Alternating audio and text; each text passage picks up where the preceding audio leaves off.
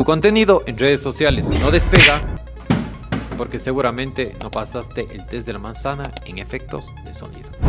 Este es el top sonidos para editar tus videos en CapCut, parte 1. Para el inicio de tus videos.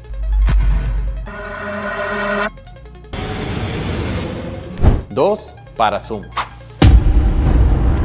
3. Efectos dramáticos.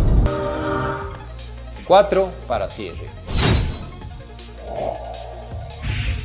Si te sirvió, pide parte 2.